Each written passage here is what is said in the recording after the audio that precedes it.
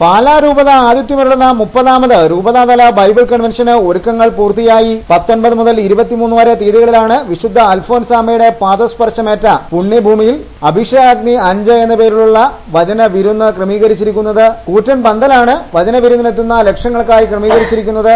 1 ലക്ഷം ചതുരശ്ര അടി വിസ്തീർണമുള്ള പന്തലാണ് ദിവസങ്ങൾ കൊണ്ട് നിർമ്മാണം അന്തിമഘട്ടത്തിൽ എത്തിച്ചിരിക്കുന്നത്. പന്തലിൽ മാത്രം ഒരു സമയം 20,000 പേർക്ക് ഇരുന്ന് വചനം ശ്രവിക്കുവാൻ കഴിയും വിധമാണ് നിർമ്മാണം. പന്തലിനോട് അനുബന്ധിച്ച് തിരുക്കർമ്മങ്ങൾക്കും വചനപ്രഘോഷ 3000 ചതുരശ്ര അടി വിസ്തീർണത്തിൽ പ്രത്യേക വേദിയും ക്രമീകരിച്ചിട്ടുണ്ട്. മുൻ രാഷ്ട്രപതി ഡോക്ടർ പ്രതിഭ പാട്ടീൽ, APJ അബ്ദുൽ കലാം എന്നിവർ വിശുദ്ധ അൽഫോൻസാമയുടെ കബറിടം സന്ദർശിക്കാനെത്തിയപ്പോൾ നിർമ്മിച്ച പന്തലിനേക്കാൾ വലിയ പന്തലാണ് കൺവെൻഷനായി നിർമ്മിച്ചിരിക്കുന്നതെന്ന പ്രത്യേകതയുമുണ്ട്.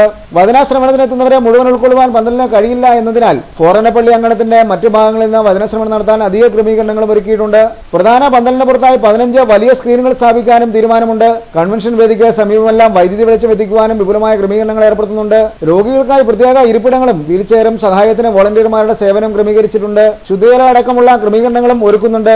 മെഡിക്കൽ ടീമിന്റെ സേവനവും കൺവെൻഷൻ നഗറിൽ ഉണ്ടായിരിക്കും എന്നത് ഏറെ ശ്രദ്ധേയമാണ്. കൺവെൻഷൻ പന്തലിന്റെ ക്രമീകരണങ്ങൾ വിലയിരുത്തുന്നതിന് വേണ്ടി മാർ ജോസഫ് കല്ലറങ്ങാട്ട്, മാർ ജോസഫ് പള്ളിക്കാപ്പറമ്പിൽ എന്നിവരുടെ നേതൃത്വത്തിൽ വൈദികർ സ്ഥലത്തെത്തി ക്രമീകരണങ്ങൾ വിലയിരുത്തി. വികാരി ജനറൽമാരും ഫൊറനപ്പള്ളി വികാരിയും തീർത്ഥാടന കേന്ദ്രം ഡയറക്ടർ റവറന്റ് ഡോക്ടർ ജോസഫ് തടത്തിലും ക്രമീകരണങ്ങളിൽ വിലയിരുത്താൻ പിതാക്കന്മാർക്കൊപ്പം കൺവെൻഷൻ വേദിയിൽ എത്തിച്ചേർന്നിരുന്നു.